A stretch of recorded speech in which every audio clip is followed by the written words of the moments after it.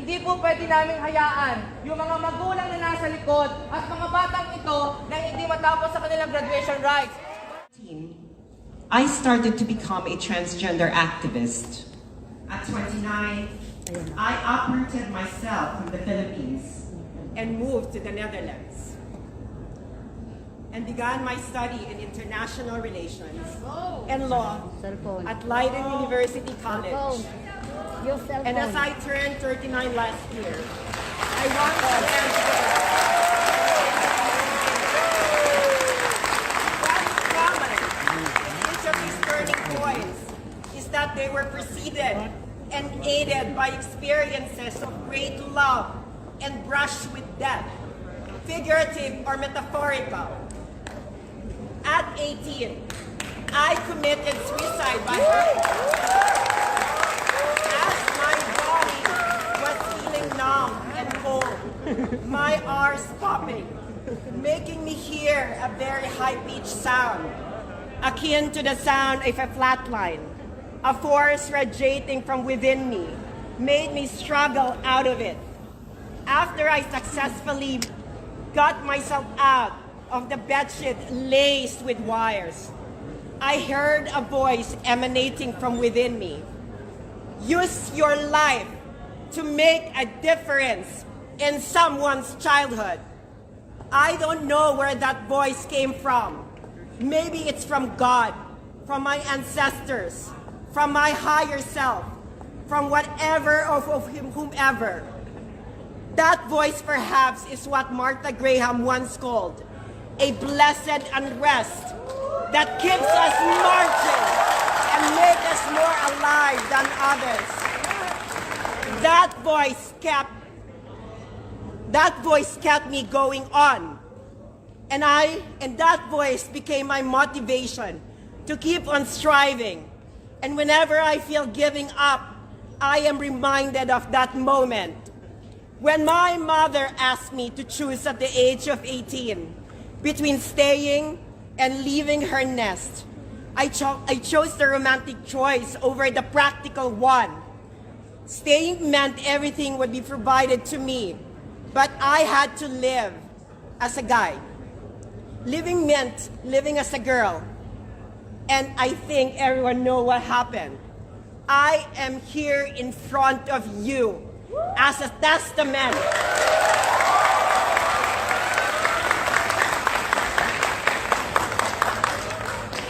I am here in front of you as a testament that you can triumph over any adversities in your life because you are a wonderful human being.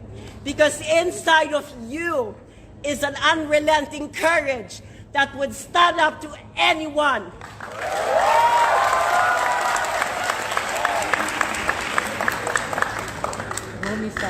The path ahead of you might be so overwhelming that it paralyzes you. That's why you must approach your life as if it's such a game that you play.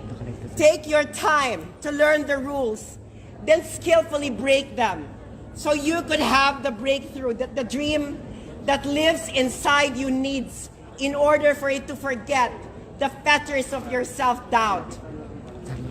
As you look at your diploma today, please remind yourself that you are not, that piece of paper is a milestone.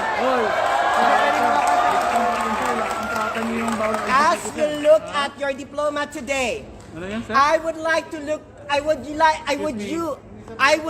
to look at it, not just a piece of paper, but it is a testament of the hard work of your parents, the patience of your teachers, and your endless journey to being and becoming. Sir, you would have to drag me out of this if you would like me out. but just we are supporting, sir, the guest speaker. You're only renting this place. Sir, sana ganun din ang ginawa nila sa amin. You're only renting this place. Sir, Right? ganun din, sir, ang ginawa sa school.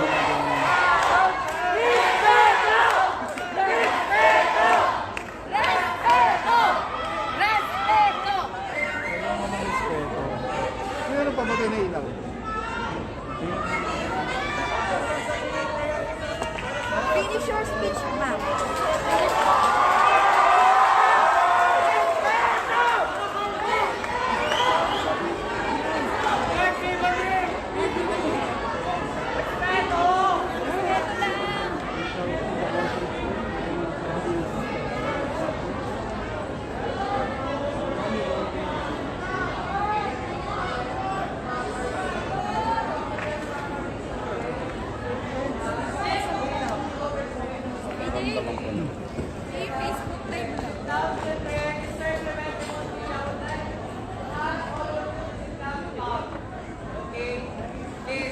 Please. Show them respect. Okay? Show them respect. Okay po?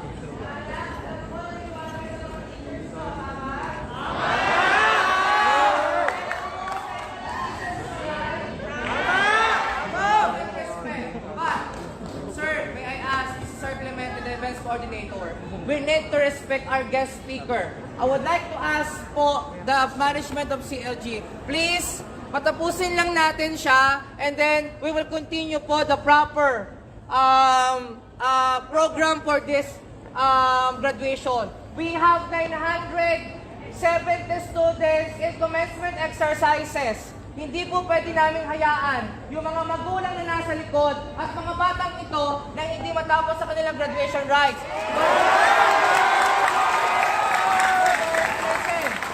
Para po maging effective ang graduation nila, kailangan po itong tapusin. Please po. Salamat po sa inyong lahat.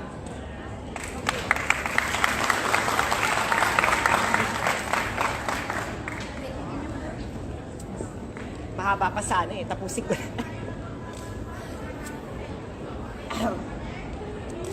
Dear graduates, Makinig na lang guys, makinig. destiny may be written in the stars, but it's what you do with starlight that turns destiny into reality.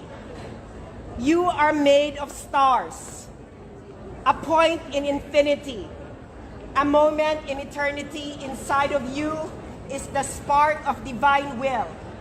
So live your lives.